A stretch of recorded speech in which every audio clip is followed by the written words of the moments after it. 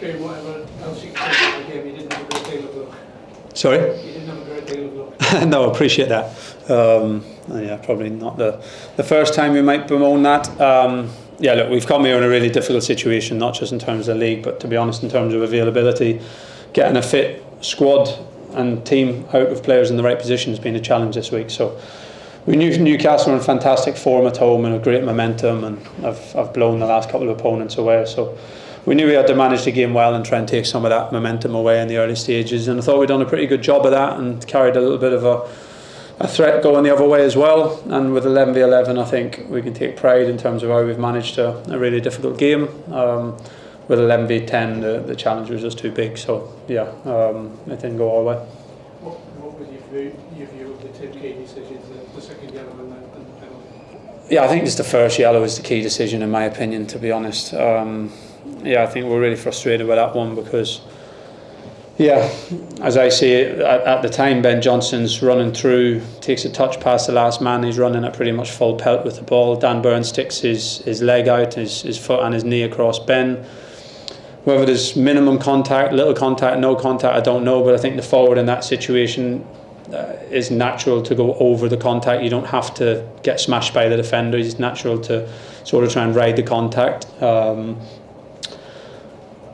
Of course, whether it's a foul, no foul is really, really marginal, and there'll be 100 slow motion replays to see what contact there was that I haven't seen, but I don't think there's any need to give a yellow card. It's not simulation, he's not that type of player. I think he's expecting the contact when Dan Burns sticks his leg out and he tries to get out of the way of the contact, and if the referee doesn't think it's a free kick, then fair enough, but to book a full-back in that situation makes it really, really difficult. Then yeah, second yellow, I think in isolation you can say a yellow can be given, but again, I think when it's a player's first foul of the game and the first yellow was a couple of minutes earlier and it was very debatable, in my opinion. I've said that because it's happened early in the season. I think a red card in football is such a big thing that there should be room for discretion in those areas when it's a first foul and it's very close after a very debatable yellow card. So, you know, we've had a couple of those this season. We had Axel Tuanzebe earlier in the season when, you know, we've had 2 times a fullback's been sent off with 2 yellows for 1 foul, and that's pretty tough to take. But yeah, look, I think that had a big impact on the game today. To be honest, it was tough, and it was going to be tough. I think it had a big impact on the game today. But in terms of reflecting on the whole season and stuff like that, we're not gonna put it all or hide behind referees in any way. Is there anything? No, it's probably too soon to reflect on it all. But is there anything you would have done differently this season if you had your time again? No, look, I think those reflections today, I think it's mathematically impossible to catch teams, but I think you reflect as the season goes on, and probably since the Wolves game we knew that the climb was going to be too big. So of course there's things to reflect on. Of course there's things that, you know, we look back and think maybe we could have done better or differently.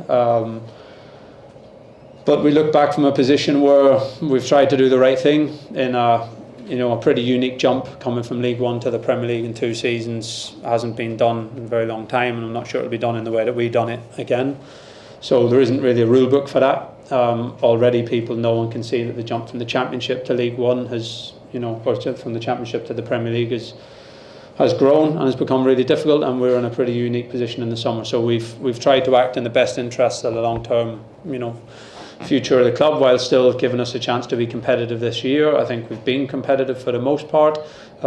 We couldn't have worked any harder, and we've tried to do the right things. So of course there's, I think, things that we look back on and think we've made good decisions and done the right things, and there's things we look back on we think maybe certain things didn't work out or we could have done a little bit differently. But I think those reflections, to be honest, are always going to be in detail best kept in-house. Yeah, of course. What were your emotions at the end? Fantastic backing from the travelling support, as it's been all season, but for that show of love and affection that they gave you and the team at the end, that must have been quite a lot.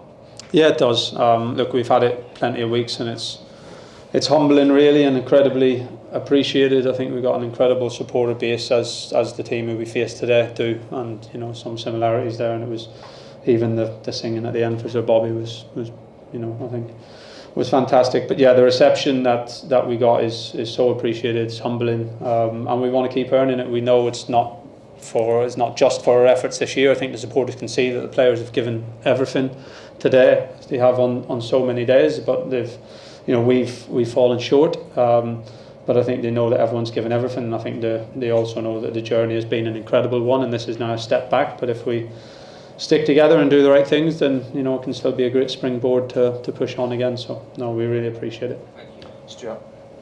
Penalty for the opening goal. Kieran, your view on that? I've not pored over it. It looks like there's a touch, so it can be given. Axel Swansevi, another one that's unavailable today. Is that an injury? Yeah, it's really just a follow-on from the injury that he had, and he's really pushed to be back as quick as he could.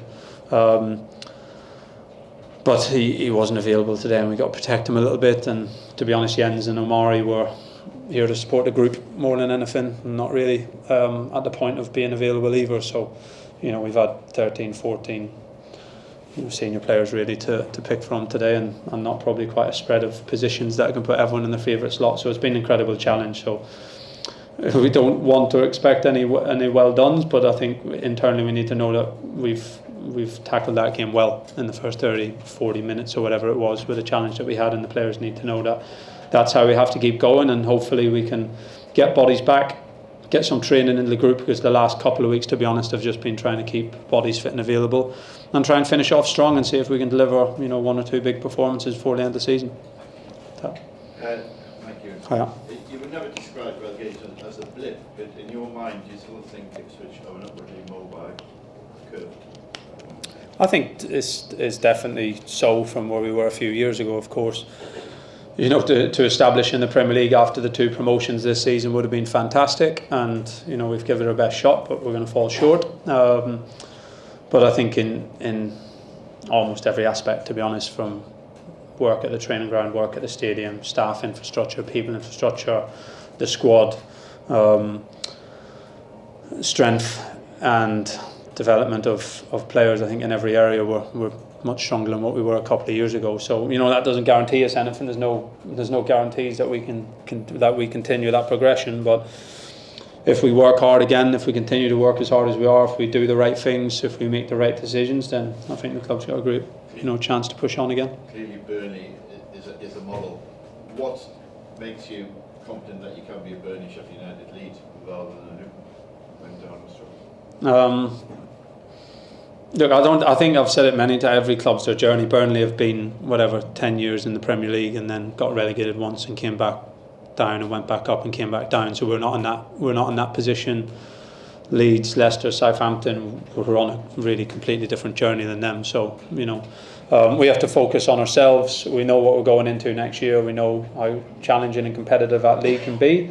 But we feel that we're in a strong position as a football club. So we just need to focus on ourselves and finish the season as strong as we can, work well over the summer, and then crack into the next challenge. We'll just finish with yourself, Phil. Yeah. He's just managing his previous injury really, and played a lot of minutes lately, and especially probably the double header we had against Wolves and Bournemouth, and what the boys put into that, I think has taken a toll on the group, to be honest. So he's had to be managed over the last few weeks, and today he wasn't quite able to turn it around, but he's so committed to the group and wanted to be available and wanted to be here, and maybe if there was a result on the line with 5 minutes to go, he would have put himself out there, but hopefully now he can alongside a few others recover well and get some training in over the next few weeks. And a bit of work for Jack Clark, who's been a bit unfortunately the man. Yeah. He's sacrificed a couple of occasions recently, hasn't he? Yeah, frustrating for him. I thought he started well, to be honest. I think we spoke about it yesterday, and he obviously played against Kieran Trippier last year with Sunderland, and it was a big challenge. So he was really looking forward to the game, and I thought it was a good tussle. I thought they were both going at it, and Jack went by him for a free kick, and I thought it was set to be a really good battle. So, really frustrated for him, but I think he's making some good progress in different areas, and he's going to be at the club for the long term, I think, and hopefully he can keep improving. On AM, on DAB, via the talkSPORT app and on your smart speaker. talkSPORT.